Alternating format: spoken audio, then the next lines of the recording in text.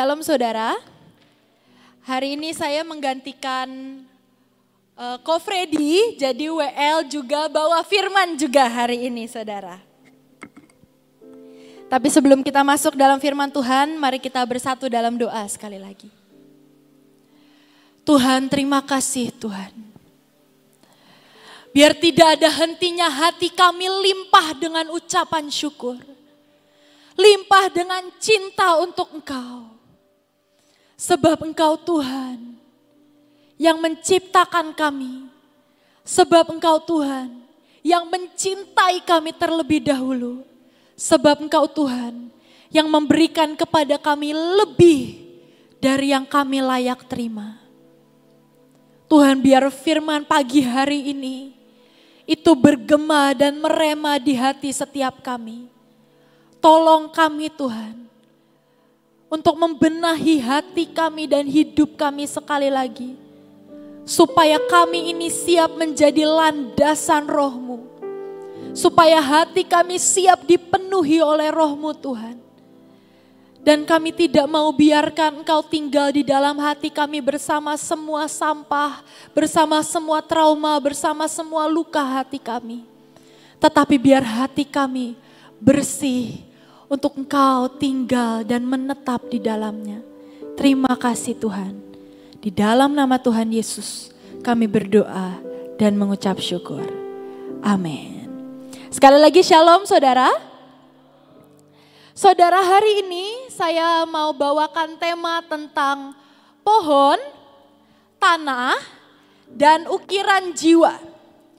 Saudara, kita tidak pernah bisa memilih di mana kita dilahirkan.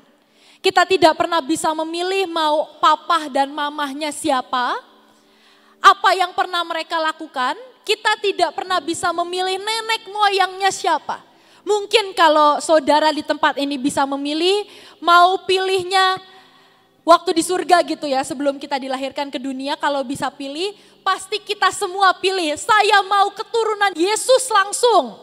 Dari Daud, Yesus, lalu saya langsung keturunannya lurus silsilahnya.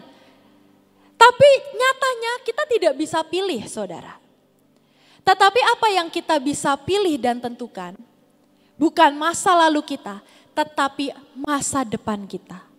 Apa yang anak-anak kita, keturunan kita, keluarga kita alami dan terima, itu yang bisa kita tentukan. Itu yang bisa kita urus, itu yang kita bisa berurusan dengan Tuhan. Sampai apapun kutuk yang pernah ada dalam hidup kita, apapun kutuk yang pernah diterima nenek moyang kita, apapun kesalahan yang mereka pernah buat, itu kita stop dan kita hentikan di dalam nama Yesus. Sehingga tidak turun kepada kita, sehingga tidak turun kepada anak cucu kita di masa depan. Yang pertama saudara, tentang pohon. Pohon itu apa sih? Pohon itu adalah dari mana kita lahir. Dari keluarga apa kita lahir. Mungkin ada dari kita di tempat ini yang lahir dari keluarga Tionghoa atau dari keluarga Cina. Dan biasanya di atas-atas kita itu belum mengenal Tuhan. Dan mereka adalah penyembah-penyembah berhala. Contohnya saya saudara, dari sisi mama saya, saudara kan pasti kenal ya, Pak Gideon, Ibu Tin, semuanya melayani di tempat ini, mencintai Tuhan. Tetapi dari sisi papa saya itu orang Kristen, generasi Kristen pertama di keluarganya. Jadi dari kungkung naik-naik saya dan atas-atasnya itu masih Buddha karena orang Cina asli. Dan itu masih Buddha dan masih menyembah berhala. Tetapi itu harus saya stop di dalam hidup saya.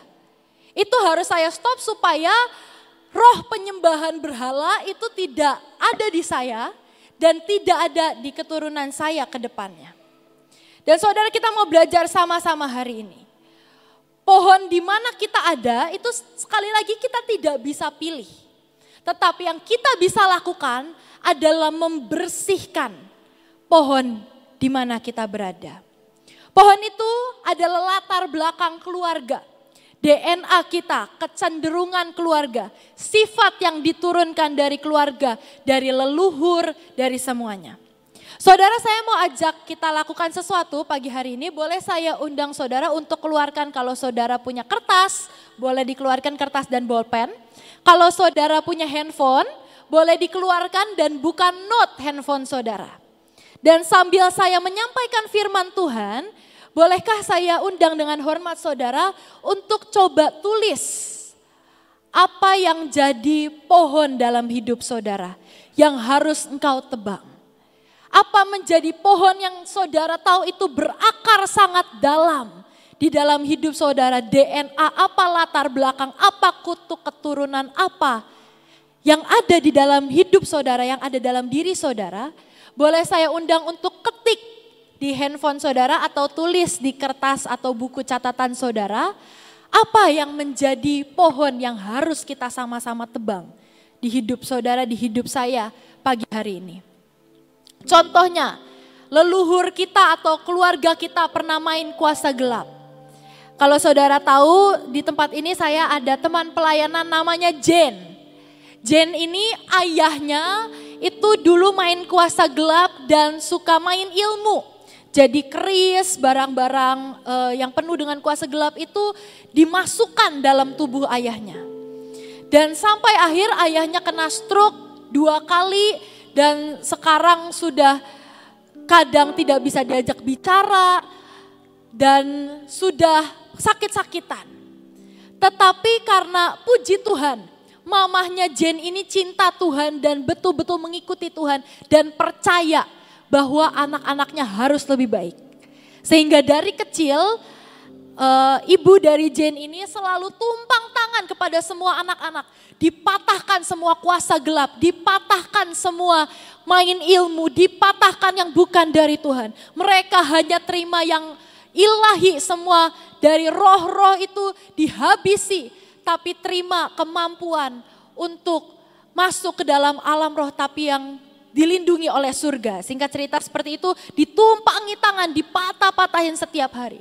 Sehingga hari ini Jen itu lebih punya karunia penglihatan saudara daripada saya. Sebab memang di DNA-nya ada DNA bisa masuk ke dalam dunia roh. Tetapi kalau ayahnya melakukan itu untuk yang gelap, puji Tuhan, Jen melakukan itu untuk Tuhan dan karena Tuhan. Tetapi itu DNA saudara dan itu bisa turun. Perjanjian apa dengan kuasa gelap yang saudara pernah terima dari nenek moyang saudara? Apakah ada saudara yang pernah dibawa ke dukun waktu kecil dan diberi makan sesuatu? Atau ilmu apa yang nenek moyang saudara pernah punya? Tetapi bukan cuma dari yang di roh saudara. Tapi juga ada masalah jiwa, masalah di hati, yaitu cinta uang. Bermasalah dengan uang. Pernah menipu atau ditipu, jatuh bangun dalam perempuan, main perempuan, perjinahan, cerai, perselingkuhan, pernah punya atau jadi simpanan, pemberontakan, pengkhianatan, kemarahan. Apa yang jadi pohon dalam hidup saudara? Karena saudara, pohon yang sama, mungkin saudara dengan adik atau kakak saudara itu bisa dari pohon yang sama, yaitu pohon ayah dan ibu saudara. Tetapi kalau kita pagi hari ini bisa memotong itu, memotong semua yang jelek, memotong semua yang negatif, pasti ada bedanya saudara. Contohnya, suku Benyamin itu suku yang terkecil Alkitab bilang. Bahkan suku yang hampir-hampir jarang dianggap. Tetapi Tuhan memunculkan Saul menjadi raja dari suku Benyamin. Tetapi Saul tidak pernah membereskan keminderannya. Bahwa dari suku yang paling kecil, dia diangkat menjadi raja sebuah bangsa. Dia tidak pernah membereskan bahwa kebenyaminan dalam dirinya selalu selalu merasa, aduh saya ini kecil, aduh saya ini bukan siapa-siapa, aduh saya ini tidak dianggap. Dia tidak pernah bereskan itu. Sehingga waktu Perempuan-perempuan hanya bernyanyi. Saul membunuh beribu-ribu, Daud berlaksa-laksa. Itu tiba-tiba men-trigger hatinya dan dia kembali takut bahwa tahtanya diambil. Dan itu membuat dia takut dan menjadi minder dan akhirnya roh jahat bisa masuk dalam dirinya. Saul keturunan Benyamin. Tetapi ada lagi keturunan Benyamin yang lain. Esther dan Mordekai.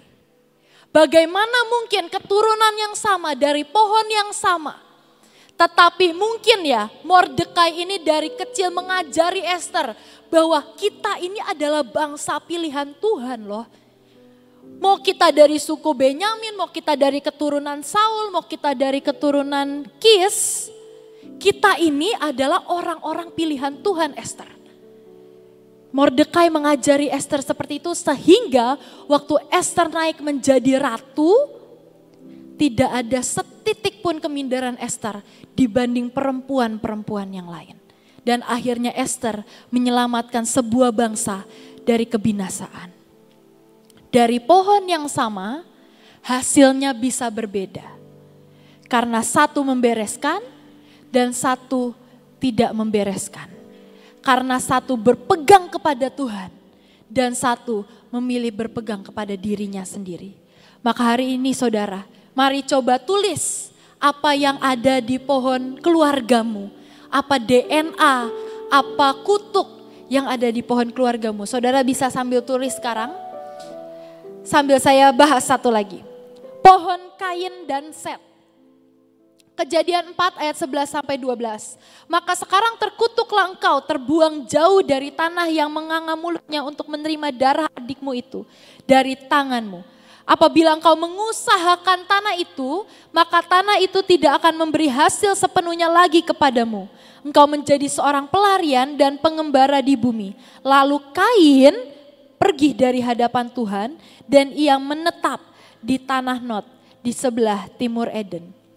Saudara, hari itu kita tahu ceritanya Kain membunuh Habel dan Tuhan menurunkan kutuk ini atas tanah untuk hidup Kain.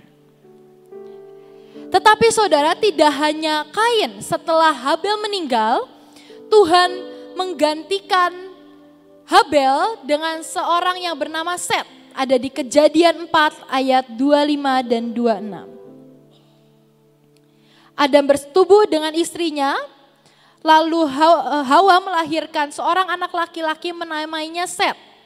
Katanya Allah telah mengaruniakan kepadaku anak lain sebagai ganti Habel, sebab Kain telah membunuhnya. Lahirlah seorang anak laki-laki bagi Set juga dan anak itu dinamai Enos. Waktu itulah orang mulai memanggil nama Tuhan. Saudara, mereka ini dari pohon yang sama. Dari keturunan Adam dan Hawa. Tetapi kita mau lihat sesuatu yang unik. Set dan Kain itu punya keturunan yang namanya mirip-mirip. Tapi sekali lagi nasib mereka berbeda. Boleh dibuka diagramnya yang ada di bulet-buletin warna-warna. Dari keturunan Kain, maaf. Itu ada yang namanya Enok juga atau Henok. Ada juga yang namanya Metusael atau Metusalah. Ada juga yang namanya Lamek. Seperti papahnya Nuh. Dan di sisi keturunan Set juga kita tahu yang tertulis di firman Tuhan yang diangkat ke surga yaitu Henok. Lalu Metusalah yang waktu dia mati air bah itu datang. Lamek kita tahu ayahnya Nuh dan setelah itu Nuh yang kita semua tahu menerima perjanjian pelangi dari Tuhan. Kenapa dari pohon yang sama bisa hasilnya sekali lagi berbeda? Karena Set yang membedakan akar dan fondasi pohon keluarganya adalah Tuhan. Waktu anaknya lahir, itu menjadi perubahan zaman bahwa orang-orang mulai memanggil nama Tuhan. Itu Set. Tetapi Kain karena iri hatinya bahwa korban Habel diterima oleh Tuhan dan korban dia tidak dipandang indah. Dia membunuh dan akhirnya kutuk turun dalam hidupnya. Dan Kain itu dikatakan keturunan-keturunannya itu diajari banyak oleh malaikat jatuh. Di buku Henok itu diceritakan bahwa diajari untuk membuat senjata, diajari ini dan itu dan banyak pengetahuan, tapi dari malaikat jatuh. Dan itu menurunkan banyak kutuk dalam keluarganya. Sekali lagi, apa yang jadi kutuk dalam keluargamu, saudara? Biar pagi ini kita mau sama-sama bereskan. Pagi ini kita mau sama-sama potong dan hentikan semua yang negatif. Supaya keturunan kita, anak rohani, adik-adik rohani, anak-anak jasmani, cucu-cucu jasmani, itu tidak menerima kutuk dari atas kita. Yang kedua, saudara, mari bereskan tanah dalam hidup kita. Tanah itu apa sih? Tanah itu tempat di mana kita lahir, tempat di mana kita menetap, tempat di mana kita pernah ada di tempat itu. Karena firman Tuhan berkata bahwa kita ini penjaga-penjaga bangsa, penjaga-penjaga kota di mana Tuhan menempatkan kita. Dan kita harus menjaga kedamaian, kesejahteraan di mana kota Tuhan menaruh kita, Tuhan membuang kita. Sebab itu setiap kita pindah atau menetap di sebuah kota, kota itu juga punya roh teritorial, saudara, yang perlu kita bereskan. Boleh dibuka dulu ayatnya, Kejadian 3 ayat 17 sampai 18. Kenapa kita harus bereskan? Sebab setelah manusia melakukan dosa, hal pertama yang dikutuk adalah tanah. Kejadian 3 ayat 17 sampai 18. Lalu firman-Nya kepada manusia itu, karena engkau mendengar perkataan istrimu dan memakan dari buah pohon yang telah kuperintahkan kepadamu, jangan makan daripadanya, maka terkutuklah tanah karena engkau. Dengan bersusah payah engkau akan mencari rezekimu dari tanah seumur hidupmu. Semak duri dan rumput duri yang dihasilkan bagimu dan tumbuhan-tumbuhan di padang akan menjadi makananmu. Tanah itu juga punya kutuk, saudara. Dan bagian kita adalah membereskan tanah di mana kita tinggal. Boleh dibuka contohnya? Contoh, saudara, bagi yang tinggal di Jakarta, itu ada roh kekerasan, roh saling memakan atau mau saling menyeret, menurunkan. Yang kuat bertahan, yang kecil semakin miskin. Korupsi, money talks, ambisius, menghalalkan segala cara demi uang. Untuk Solo atau Semarang itu ada roh sulit memaafkan, roh dendam, alon-alon asal kelakon, pasif apatis, nyantai. Medan ada cinta uang, menimbun kekayaan pelit dan kaku. Dan masih banyak lagi, saudara.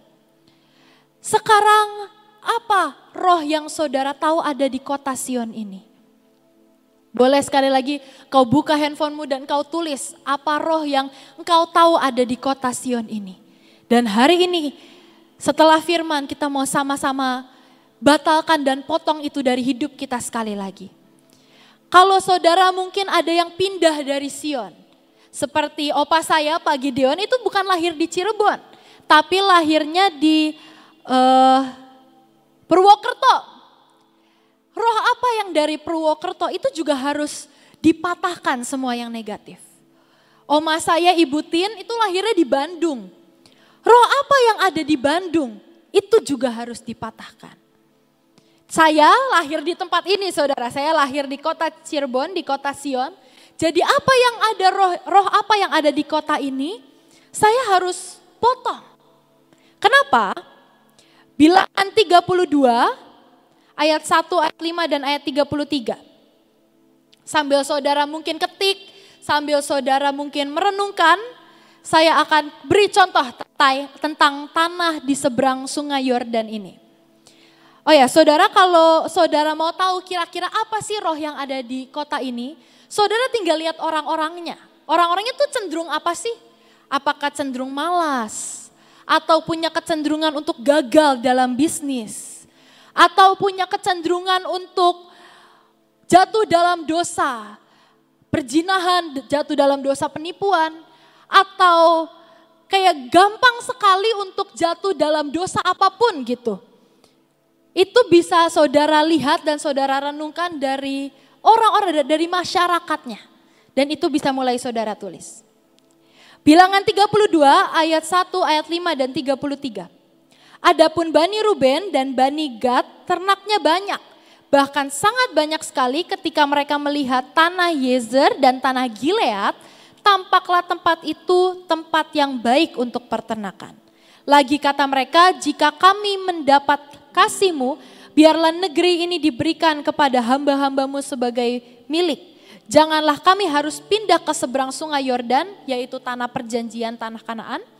Lalu Musa memberikan kepada mereka, kepada Bani Gad, Bani Ruben, setengah suku Manasye, kerajaan Sihon, Raja Amori, dan kerajaan Og, Raja Basan, yakni negeri mereka beserta kota-kotanya di seluruh negeri itu, dengan daerah-daerah setiap kota itu.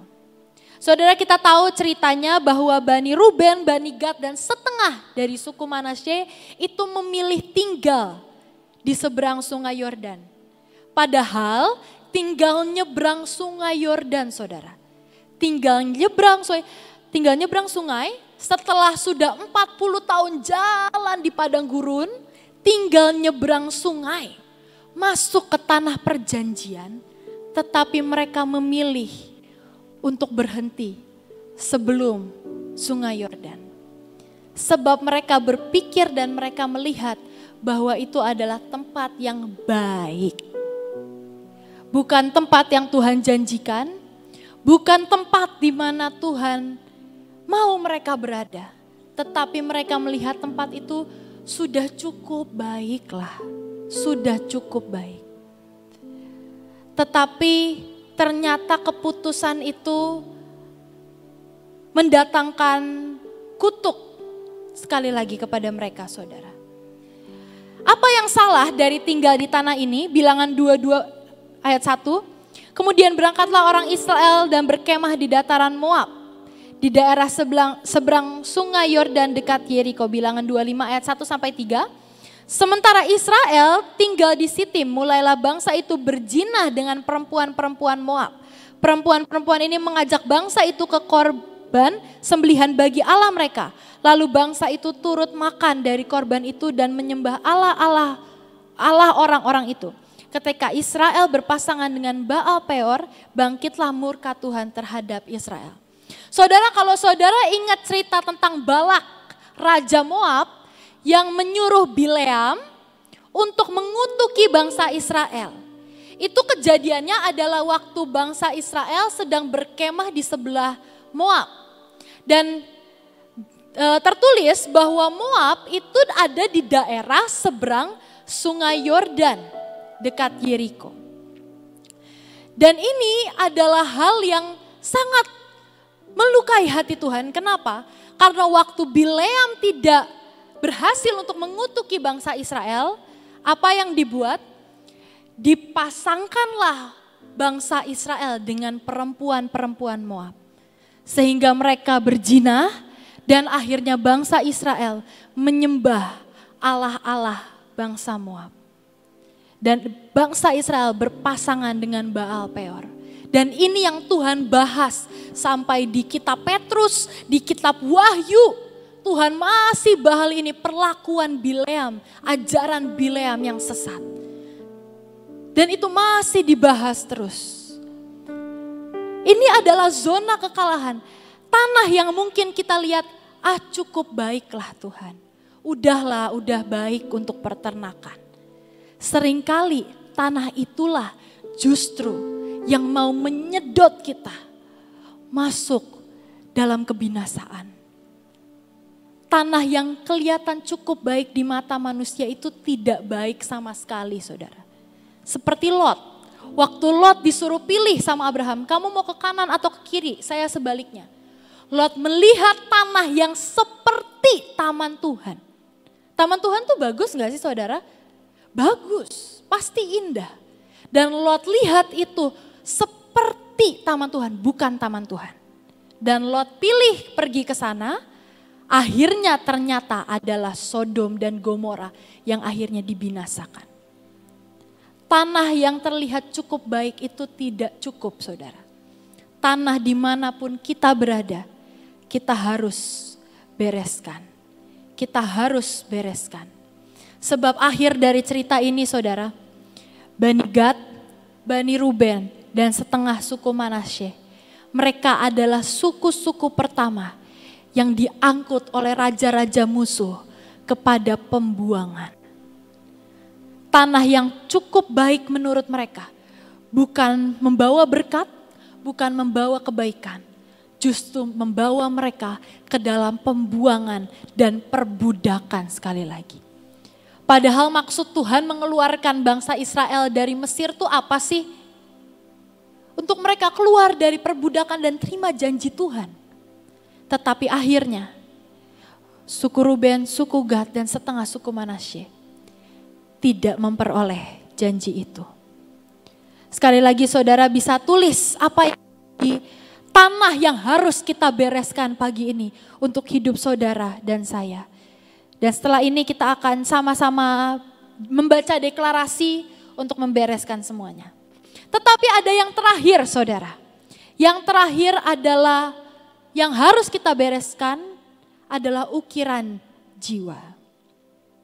Dan Albert Bandura itu melakukan research kepada banyak kepribadian selama 60 tahun. Dan hasil penelitiannya ini dipublikasikan lebih dari 100 artikel dan buku. Dan dia menemukan bahwa hidup miskin, keluarga kacau, broken home, itu dapat mempengaruhi hidup seseorang. Tapi itu bukan faktor yang paling besar. Justru faktor yang paling besar dan terutama yang membuat hidup manusia stuck, tidak berkembang adalah pergaulannya. Ini masih dalam tanah, maaf saudara. Pergaulan itu adalah tanah di mana kita ada. Engkau memilih untuk tertanam di tempat ini, di Gracia, di Sion. Ini adalah tanah yang terbaik, adalah tanah janji Tuhan. Tempat ini adalah tempat di mana surga menyentuh bumi. Ini adalah tanah yang ajaib. Tetapi kalau saudara memilihnya bergaul di luar, bersama orang-orang yang tidak mengenal Tuhan, itu yang akan menentukan, itu tanah yang akan menentukan apakah saudara bisa tumbuh atau tidak. Sekali lagi, mari bereskan tanahmu. Karena hubungan atau pergaulan itu sangat menentukan.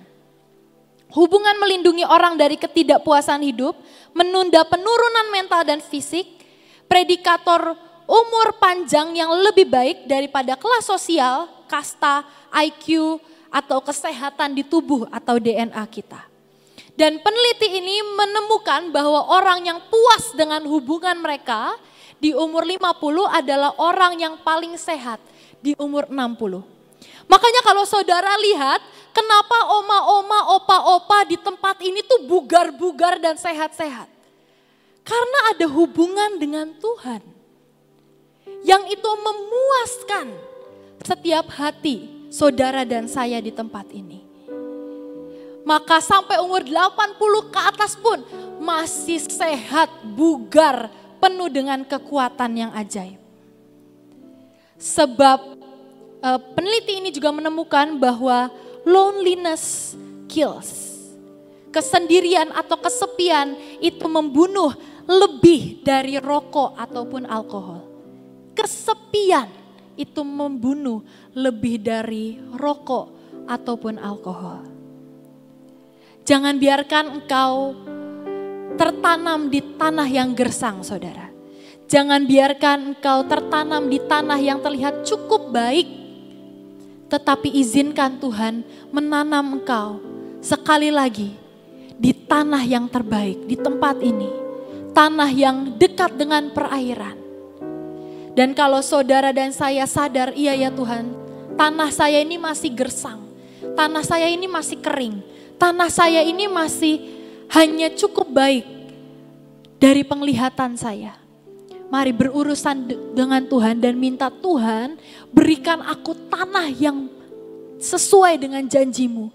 Berikan aku tanah yang baik, perbaharui tanah di mana aku ditanamkan. Izinkan aku tertanam di tempat ini Tuhan. Sebab Kau tahu tempat ini adalah dekat dengan perairan, yaitu Engkau sendiri, air yang hidup. Mari kita berurusan. Baru yang terakhir saudara, mari kita bereskan ukiran jiwa. Ukiran jiwa adalah setiap trauma, masa lalu, luka di batin kita yang pernah kita alami.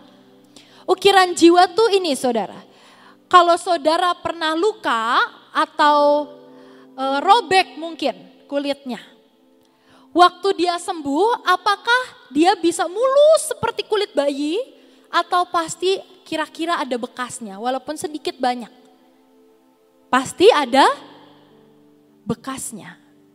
Dan itulah ukiran jiwa. Setiap kali kita mungkin bergesekan dengan orang, itu terkadang sudah sembuh, tetapi meninggalkan bekas. Setiap kali mungkin kita disakiti orang lain, kita mengampuni dan itu sembuh. Tetapi kalau kita tidak membereskan itu sampai tuntas, itu bisa meninggalkan bekas. Atau yang disebut sebagai trauma. Saudara bisa baca di atas sini, ukiran jiwa atau trauma yang bisa mempengaruhi itu adalah kalau saudara pernah dilecehkan, diperkosa, dibully, dihianati atau diselingkuhi oleh pasangan saudara. Atau saudara tumbuh dalam kemiskinan.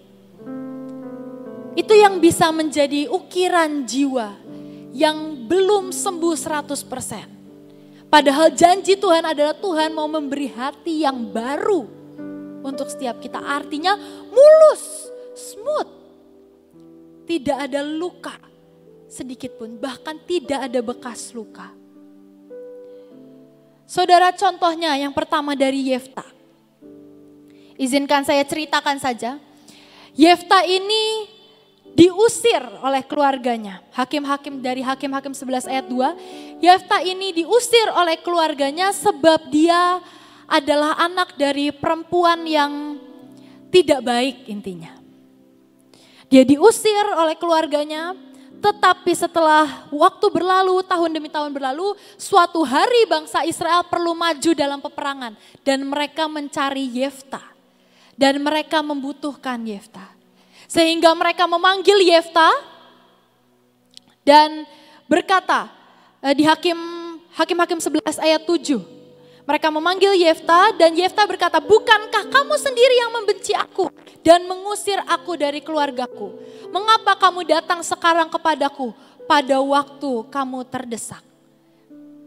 Itu adalah ukiran jiwa yang merasa tertolak, yang merasa tidak bisa percaya lagi dengan keluarganya, dengan bangsanya. Sebab buat apa diusir? Padahal bukan dia kan yang pilih untuk lahir dari perempuan yang tidak baik. Tetapi dia yang diusir. Dan itu membuat ada luka, ukiran jiwa. Itu menjadi ukiran jiwa di hati Yefta. Sehingga singkat cerita akhirnya Yefta setuju, oke, saya akan bantu bangsa Israel untuk maju dalam perang. Tetapi Yefta bernazar bahwa oke, kalau menang saya akan persembahkan siapapun, apapun yang pertama keluar dari pintu rumah saya. Sebenarnya Tuhan kan tidak suruh Yefta bernazar. Tuhan tidak menyuruh Yefta mempersembahkan sesuatu supaya Tuhan memberi kemenangan, tidak. Tetapi hati Yefta ini tertolak dan merasa kalau saya tidak memberikan sesuatu, saya ini gak akan diterima. Saya ini tidak akan diberi kemenangan. Maka saya harus memberikan sesuatu seperti untuk membayar Tuhan. Hati Yefta tidak percaya bahwa Tuhan sanggup memberi kemenangan karena Tuhan memilih Yefta Bukan karena Yefta memberikan sesuatu dan membayar Tuhan, bukan. Tetapi karena ukiran jiwa, hatinya ini tidak bisa percaya sehingga Yefta bernazar. Singkat cerita, setelah Yefta menang dari peperangan, yang keluar pertama dari pintu rumahnya siapa saudara? Anak perempuannya. Dan akhirnya harus dia persembahkan. Padahal perlu gak sih saudara sebenarnya? Tidak. Tuhan gak minta untuk Yefta bernazar.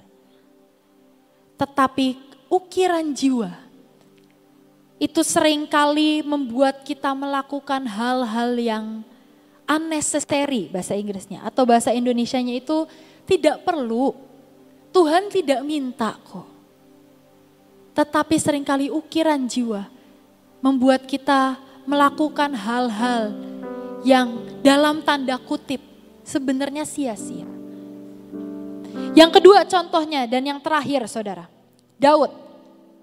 Saya juga akan ceritakan saja dari 1 Samuel 18. Daud ini waktu selesai mengalahkan Goliat, dijanjikan oleh Saul, Daud kamu boleh menikah dengan anak perempuan pertamaku yang bernama Merab. Tapi kamu harus maju dalam peperangan dulu, harus mengumpulkan 100 kulit katan, harus ini, tapi aku janjikan anak perempuan sulungku kepadamu. Itu kata Saul kepada Daud. Tetapi setelah Daud melakukan semua yang Saul suruhkan kepada Daud, akhirnya Merab menikah dengan Daud enggak? Enggak saudara. Sebelum itu Merab sudah diberikan kepada Adriel oleh Saul. Padahal Daud sudah jatuh cinta kepada Merab. Tapi tidak hanya berhenti di situ. 1 Samuel 18 ayat 20. Waktu Daud akhirnya sudah menikah dengan Mikal, pada akhirnya ternyata Mikal juga diberikan kepada Palti bin Lais. 1 Samuel 25 ayat 44. Daud sudah menikah nih dengan Mikal. Saul sudah memberikan anak perempuan keduanya Mikal kepada Daud, sudah menikah, sudah hidup bersama, mungkin sudah saling mencintai. Tapi akhirnya Saul memberikan Mikal juga, istri Daud ditulis saudara, kepada orang lain. Dan ini membuat ada luka dan ukiran jiwa di hati Daud yang berkata semua milikku harus aku pegang erat-erat supaya enggak dikasih ke orang lagi. Semua yang jadi kepunyaanku, semua yang aku cintai harus aku genggam dengan kuat supaya tidak bisa diberikan kepada orang lain. Dan akhirnya apa yang terjadi saudara? Akhirnya Daud punya banyak istri. Dan lebih banyak lagi gundik-gundik atau selir-selir. Daud sangat menyukai perzinahan pada akhirnya. Dan itu berasal dari apa? Ukiran jiwa yang merasa selalu istrinya dikasih ke orang. Orang yang dia cintai, perempuan yang dia cintai diberikan kepada orang. Dan itu yang membuat Daud jatuh dengan perzinahan dengan Betsheba, istri orang. Itu yang membuat Daud mengambil Abigail, istri orang lain juga. Karena luka dan ukiran jiwa yang tidak dibereskan sampai tuntas. Sebab kalau kita punya ukiran jiwa yang belum sembuh dan selesai 100% saudara. Ini yang akan terjadi. Hurted people hurt people. Orang yang sakit itu punya kecenderungan menyakiti. Dan tidak berhenti di Daud saudara. Mungkin Salomo ini lihat kok papa boleh ya, bahkan di masa tuanya papa minta perempuan muda untuk merawat dia. Dan papa minta Abisai perempuan muda ini tiduran di atas papa. Kok boleh ya kayak gitu ya? Mungkin Salomo tahu tentang ini dan Salomo lihat. Sehingga apa yang Salomo lakukan di masa kejayaannya, punya 700 istri dan 300 gundik atau selir, saudara. Lebih banyak lagi. Jangan sampai karena kita tidak membereskan setiap tanah, setiap pohon, setiap ukiran jiwa dalam diri kita. Sehingga anak cucu kita terima kutuk itu dan melakukan yang lebih parah. Daud gundiknya 18, Salomo 300, saudara. Karena iblis tidak akan tinggal diam, tetapi iblis akan terus mau dosa itu semakin besar dan semakin besar. Tapi hari ini kita adalah orang-orang yang mau berkata, Tuhan, tolong potong setiap pohon yang bukan dari Tuhan. Bahkan cabut sampai ke akar-akarnya. Setiap pohon yang lama, DNA yang lama, pohon yang bukan dari Tuhan di hidupku. Kita adalah orang-orang yang berkata, Tuhan, sembuhkan dan pulihkan tanahku. Sebab saat engkau sudah berdoa di Taman Getsemani, keringatmu jatuh ke tanah seperti darah. Dan itu jatuh ke tanah dan membayar setiap kutuk yang ada di tanah. Dan kita adalah orang-orang yang berkata, Tuhan, sembuhkan total setiap traumaku, setiap lukaku yang jadi ukiran jiwa dalam hidupku. Berikan aku hati yang baru seperti hatimu. Saya percaya kita semua di tempat ini adalah orang-orang yang mau berkata seperti itu. Saudara, sebelum tutup, boleh saya undang kita semua untuk bangkit berdiri. Kita mau baca sebuah deklarasi. Deklarasi ini dari ayat firman Tuhan.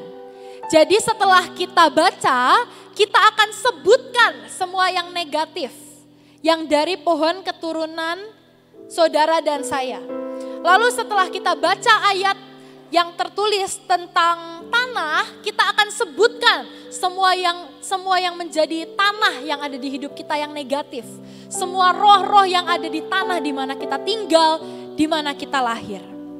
Dan terakhir setelah kita baca tentang ayat ukiran jiwa, kita akan sebutkan semua yang jadi trauma kita.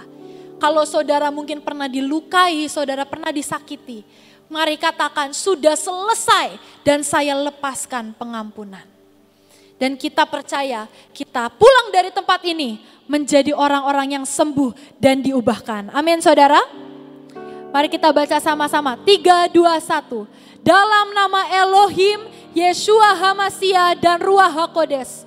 Oleh kuasa darahnya dan sumpahnya. 1. Tertulis di Matius 15 ayat 13. Setiap tanaman yang tidak ditanam oleh Bapakku yang di surga akan dicabut sampai ke akar-akarnya.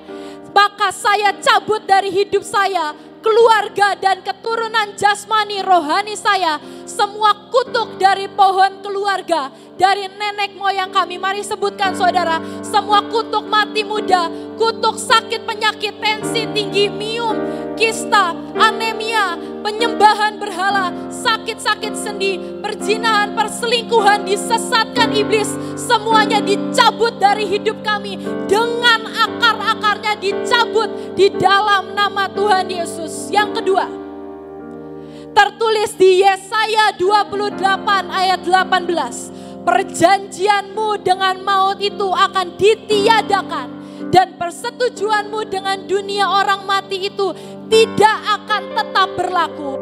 Maka selesai dan ditiadakan semua hubungan yang negatif dengan semua tanah yang ada di hidup kami.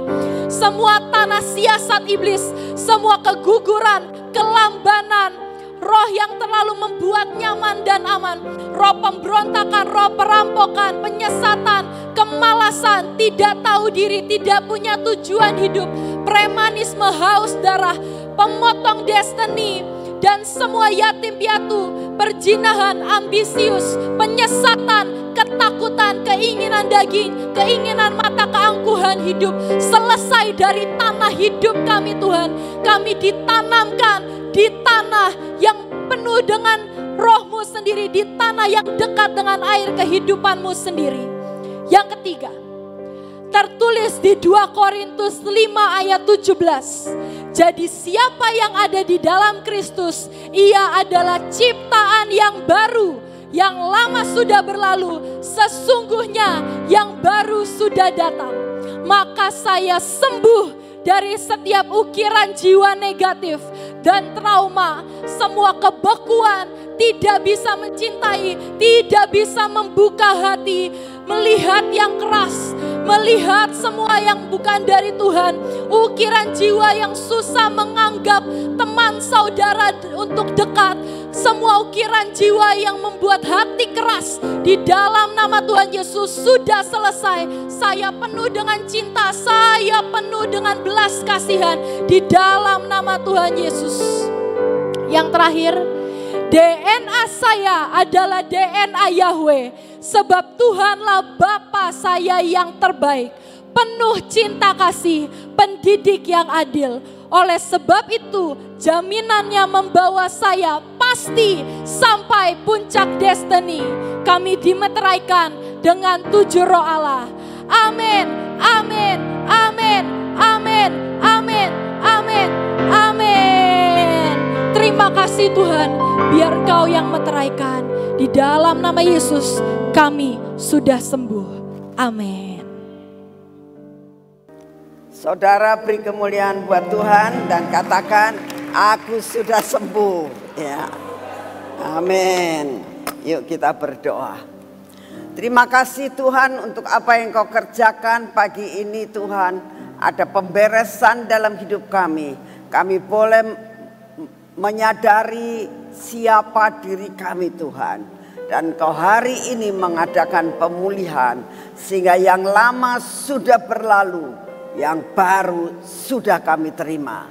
Terima kasih untuk semua. Buat kami percaya Tuhan, bahwa firman itu akan menjadi rema dalam hidup kami. Pulang dari tempat ini, kami dan siapapun juga yang streaming pada pagi hari ini, buat kami percaya yang lama sudah berlalu, yang baru sudah kami terima. Terima kasih untuk kasih setiamu. Bapak, pagi ini kami bersyukur untuk segala sesuatu yang sudah Kau kerjakan di tempat ini. Terima kasih buat tempat yang kami pijak saat ini. Apapun masa lalu kami, tapi kami tahu ini adalah kota Sion. Ini adalah tanah Sion. Ini adalah tanah perjanjian. Kami berdiri di atas tanah Sion. Tanah yang Engkau anugerahkan buat kami. Gedung yang Kau anugerahkan buat kami. Semua yang Kau anugerahkan buat kami. Kami tahu ini ada dalam posisi yang benar di hadapan-Mu. Terima kasih untuk semuanya Bapak. Saat ini kami datang di hadapan-Mu Tuhan. Kami tetap akan berdoa, berdiri buat bangsa dan negara kami ini. Kami tidak akan pernah bosan untuk berdiri buat bangsa dan negara ini ya Tuhan. Karena ini perintah-Mu untuk kami harus berdiri dan berdoa di mana Engkau tempatkan kami. Dan kami berada di Indonesia. Oleh karena itu kami berdoa untuk bangsa dan negara ini ya Tuhan. Kami minta jangan tinggalkan bangsa ini Tuhan. Apapun yang sudah kami sebagai bangsa Indonesia lakukan, ampuni semua kesalahan dan dosa kami. Dan saat ini kami datang di hadapan-Mu. Engkau tilik akan anak-anak-Mu di tempat ini. Engkau tilik anak-anak-Mu di Indonesia yang selalu mau berdiri buat bangsa ini. Bapak, kami berdoa saat ini Tuhan. Kami terus akan mendukung Tuhan. Akan Bapak Presiden dan Wakil Presiden. Serta semua stafnya, Kabinet Merah Putih. Kami berdoa saat ini, tolong Tuhan. Buat mereka unity. Buat mereka sederhap selangkah. Tidak akan dapat dipecahkan. Kami berdoa beri hikmat marifat kepada Bapak Presiden dan Wakil Presiden. Untuk meneliti pemilihan daripada semua menteri. Kalau ada yang salah Tuhan, akan salah pilih Tuhan, Engkau yang akan memperbaikinya. Sampai semua yang tidak benar akan terlihat. Dan kami akan melihat akan perbaikan demi perbaikan yang bakal terjadi di dalam kabinet serta para menteri. Terima kasih Tuhan, kami percaya Engkau terus akan membuat selangkah demi selangkah bersamamu, bergandengan tangan dan unity Tuhan antara presiden dan wakil presiden untuk menjalankan segala sesuatu kebijaksanaan yang harus dilakukan di bangsa ini. Terima kasih untuk kasih setiamu. Bapak, kami juga berdoa pada saat ini lawatan harus terjadi Tuhan. Biar buat lawatan baik di seluruh benua yang ada maupun di seluruh Indonesia ini. Kami sungguh sangat merindukan ada lawatan yang luar biasa. Kalau saat ini hamba-Mu Gideon bersama tim sudah berangkat ke pulau-pulau, Kau berkati akan hamba-Mu ini untuk menyampaikan kebenaran firman-Mu. Bapak, kami tetap berdoa untuk Uganda. Kami minta kami dapat menginjakkan kaki kami untuk membawa lawatan Tuhan. Apa yang Kau berkati di sini kami akan bawa dan kami akan menanam sesuatu di Uganda. Dan kami percaya akan terjadi perkara yang ajaib di Uganda. Kami minta Tuhan persiapkan akan setiap penduduk di sana, orang-orang yang sudah Engkau pilih Tuhan untuk menerima lawatan-Mu. Terima kasih untuk kasih setiamu. Engkau akan memberkati kami sehingga keajaiban demi keajaiban kami akan terima. Kami akan dapat membiayai akan segala sesuatu yang akan dikeluarkan Tuhan. Engkau memberkati usaha dan pekerjaan kami. Engkau membuat perkara yang spektakuler dan benar-benar the new beginning terjadi akan hidup kami. Apa yang tidak pernah kami lihat, apa yang tidak pernah kami dengar, dan apa yang tidak pernah timbul dalam hati, itu Kau sediakan buat kami. Kami terima dengan utuh akan segala sesuatu ini. Terima kasih Bapak. Bapak, saat ini juga kami datang di hadapan-Mu. Kami mengucap syukur untuk segala sesuatu yang Kau sudah kerjakan buat sekolah yang sudah berusia 13 tahun. Terima kasih untuk radio, terima kasih untuk semua yang Kau anugerahkan buat kami. Segala pujian, hormat, syukur kami naikkan di hadapan-Mu. Bapak, kami tetap berdoa, beri kami kekuatan dan kesehatan. Beri kami daya tahan tubuh untuk kami dapat menyelesaikan seluruh kehidupan dan panggilan kami. Terima kasih untuk semua dan semuanya. Terima kasih Tuhan, Kau sungguh amat sangat baik atas hidup kami. Kami percaya apa yang akan kami jalani hari ini ada perkara yang ajaib.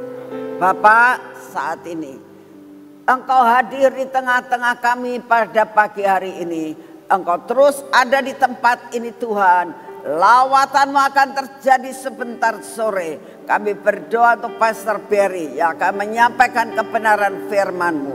Engkau kuduskan tempat ini. Engkau bawa akan jemaat-Mu datang berbondong-bondong Tuhan. Untuk mempunyai kerinduan mendengar kebenaran firman-Mu sore nanti. Kami percaya anugerah-Mu besar buat nanti sore. Firman yang hidup akan kami dengar. Dan itu akan menjadi rema dalam hidup kami sepanjang hidup kami Tuhan. Terima kasih Tuhan. Kami mau menyerahkan semua acara sebentar sore. Siapkan akan orang-orang Lewi-Mu. Umat imam-imam yang akan membawa pujian dan penyembahan. Yang akan melayani Engkau Tuhan dalam segala segi. Terima kasih untuk semuanya. Kami mengucap syukur kami punya Bapa yang luar biasa seperti Engkau. Dalam nama Tuhan Yesus. Mari kita bangkit berdiri sekali lagi, kita masuk dalam pengurapan.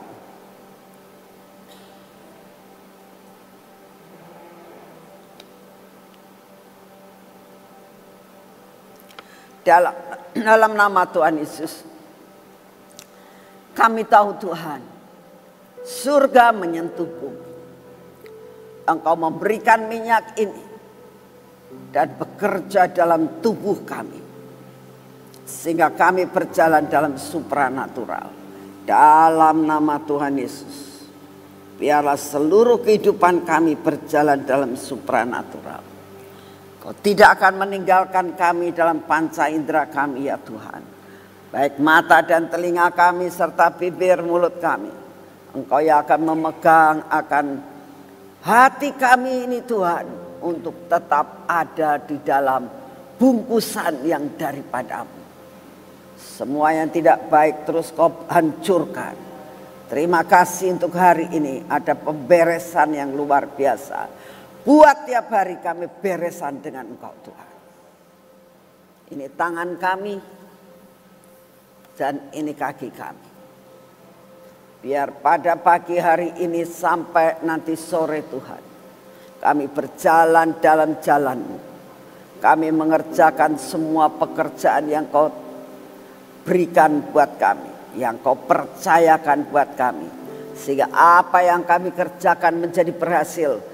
Perkara-perkara yang supranatural Engkau akan nyatakan, sehingga mata kami tercelik. Engkau adalah Allah yang hidup dan yang mengatur seluruh hidup kami.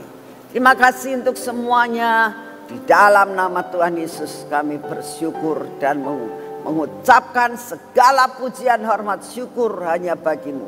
Dalam nama Tuhan Yesus. Amin. Selamat pagi, Tuhan memberkati saudara semuanya.